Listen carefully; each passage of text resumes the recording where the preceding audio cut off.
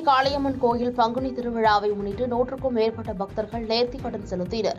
தேனி மாவட்டம் ஆண்டிப்பட்டி நகரில் மையப்பகுதியில் அமைந்துள்ள காளியம்மன் கோயிலில் பங்குனி திருவிழா விமர்சையாக நடைபெற்று வருகிறது.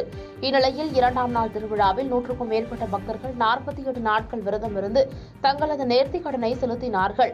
பின்னர் ஆண்டிப்பட்டி ஓடை தெருவில் இருந்து ஊர்வலமாக நாதஸ்வரம் மற்றும் மேளதாளங்கள் முழங்க காளியம்மனை வழிபட்டு தங்களது நேர்த்திக்கடனை முடித்துக் கொண்டனர். விழாவில் தேனி மாவட்டத்தின் பல்வேறு பகுதிகளில் இருந்து 1000க்கும் மேற்பட்ட பக்தர்கள் கலந்து கொண்டு அம்மனை வழிபட்டனர்.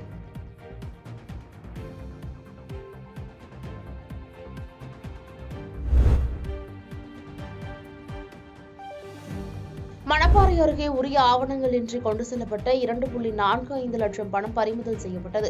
திருச்சி மாவட்டம் மணப்பாறை அடுத்த புதுக்குடி பகுதியில் தேர்தல் பறக்கும் படை அதிகாரி தாமரை செல்வன் தலைமையிலான தேர்தல் பறக்கும் படையினர் வாகன சோதனையில் ஈடுபட்ட போது காரில் உரிய ஆவணங்கள் இன்றி கொண்டு செல்லப்பட்டதாக 1,77,000 ரூபாயை பறிமுதல் செய்தனர். இதேபோல் ஆண்டியகவுண்டன்பட்டியைச் சேர்ந்த தங்கபாண்டியன் என்பவர் இருசக்கர வாகனத்தில் கொண்டு சென்ற 68,000 பணத்தையும் பறிமுதல் செய்துள்ளனர்.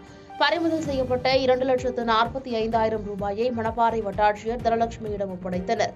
இந்நிலையில் இருசக்கர வாகனத்தில் பணத்தை கொண்டு வந்தவர்கள் அந்த பணம் வங்கியில் நகையை அடமானம் வைத்து எடுத்துச் சென்றதாகவும் அதற்கான ஆவணங்கள் அனைத்தும் இருந்தும் அதிகாரிகள் பணத்தை பறிமுதல் செய்து கொண்டதாகவும் கூறி வட்டாட்சியர் அலுவலக வளாகத்தில் போலீசாருடன் வாக்குவாதத்தில் ஈடுபட்டனர்.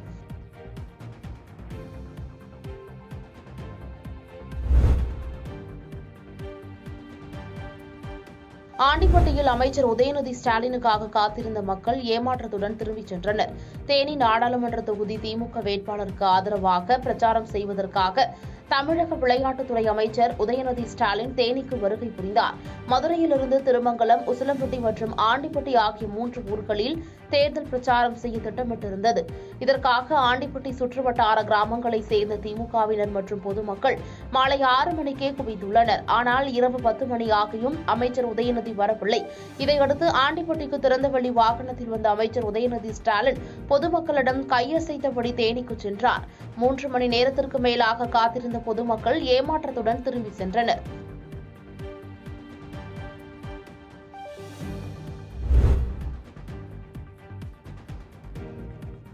திருவண்ணாமலை காங்கிரஸ் அலுவலகத்தில் அறிமுக கூட்டம் நடைபெற்றது.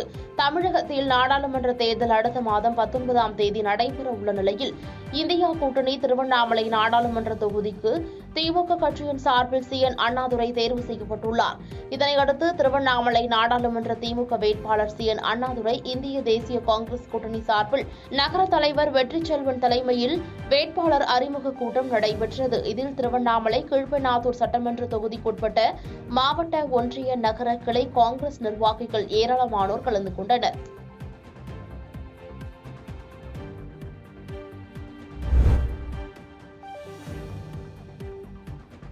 பல்லடம் அருகே பொங்கலூரில் MG தில்லைநகர் அணை சார்பில் 11 பாரம்பரிய வள்ளி கும்மி அரங்கேற்ற நிகழ்ச்சி நடைபெற்றது.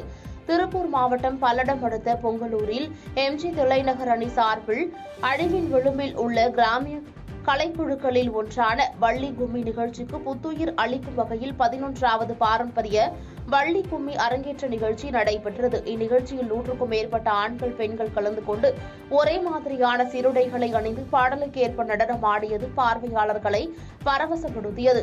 ஆசிரியர்கள் முத்துசாமி மற்றும் சம்பத் ஆகியோர் பயிற்சி அளித்து தேர்வு செய்த மாணவர்களை கொண்டு வந்த இந்த கும்மியாட்ட நிகழ்ச்சி நடைபெற்றது. மேலும் இந்த குழுவினர் 150 கிலோமீட்டர் தூரம் வரை சென்று இலவசமாக கோயிலில் விசேஷம் மற்றும் பல்வேறு நிகழ்ச்சிகளில் இலவசமாக அரங்கேற்றம் செய்வதாக தெரிவித்தனர். அதேபோல் பள்ளி விடுமுறை நாட்களை பயனுள்ளதாக கழிக்கும் வகையில் சிறியவர் முதல் பெரியவர்கள் வரை வள்ளி கும்மி பயிற்சி வழங்கப்படுவதாகவும் தெரிவித்தனர். இந்நிகழ்ச்சியில் அப்பகுதி பொதுமக்கள் ஏராளமானோர் கலந்து கொண்டனர்.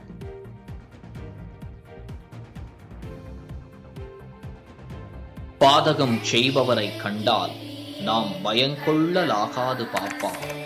மோதி மிதித்து விடு பாப்பா, அவர் முகத்தில் உமிழ்ந்து விடு பாப்பா. அண்மை செய்திகளை உடனுக்குடன் தெரிந்து கொள்ள இணைந்திருங்கள் இயம்நாடு தொலைக்காட்சியுடன்.